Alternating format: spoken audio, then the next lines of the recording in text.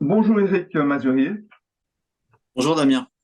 tu fais partie des entrepreneurs qui comprennent l'importance de valoriser, respecter et protéger le travail des inventeurs et des créateurs. Ainsi, pour commencer, je vais partager un court message que tu m'as transmis via Messenger. Ce message fait le lien entre les inventeurs créateurs et l'immatériel. Tes vidéos m'ont énormément inspiré pour la compréhension de la valeur immatérielle. Quand tu parles de brevets, quand tu parles de marque et tout ça. C'est vrai que ça paraît juste un petit papier, ça paraît juste un... Mais quelque part, il y a toute une histoire derrière, il y a toute une épopée, il y a toute une vie d'un inventeur. Et évidemment que ça fait la différence. Mais j'ai découvert ça dans tes vidéos. Donc encore une fois, vraiment merci. Alors, Eric, peux-tu, s'il te plaît, développer avec ton vécu en te présentant en quelques mots ce que tu m'as partagé via Messenger. Moi, j'ai découvert la valeur immatérielle des choses quand on a eu l'occasion d'échanger il y a pratiquement 2 ans déjà, concernant un projet de jeu.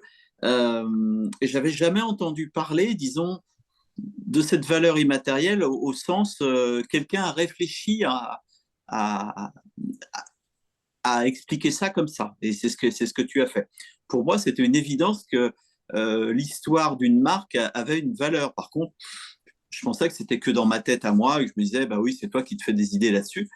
Et finalement, quand tu en as parlé, ça m'a semblé une telle évidence que forcément, le travail des autres, les recherches, développement sur des dizaines, voire des centaines d'années, avait une valeur que l'on peut pas passer à la caisse en la scannant et en disant ça vaut tant, mais que ça doit se calculer, et ça va être plus ton travail.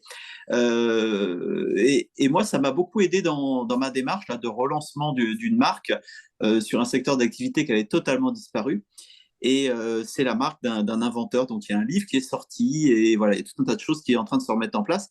Et aujourd'hui, c'est le jour vraiment où on met tout en avant. Donc, ça tombe, la synchronicité est parfaite qu'on parle de ça aujourd'hui, puisqu'on a tout lancé hier soir. Donc, c'est juste formidable. Et puis, Eric, tu me tends un perche que je vais prendre. Aujourd'hui, Oui. c'est symbolique aussi.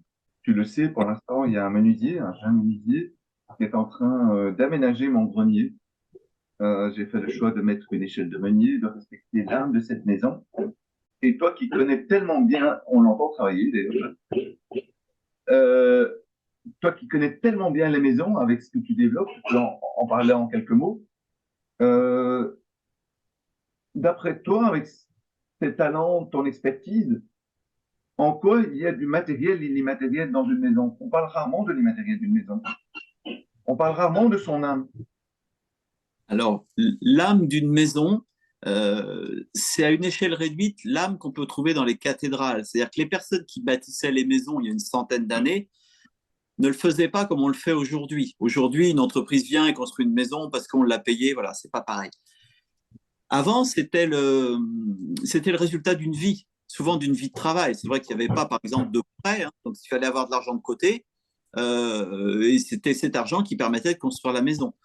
C'était l'aboutissement d'années de travail, d'économie, de sacrifices, et on construisait cette maison avec ça pour y abriter ce qui avait de la valeur, c'est-à-dire déjà sa famille, ses enfants, ses proches. Parfois, il y avait plusieurs générations sous un même toit. Donc ça, c'est quand même très important.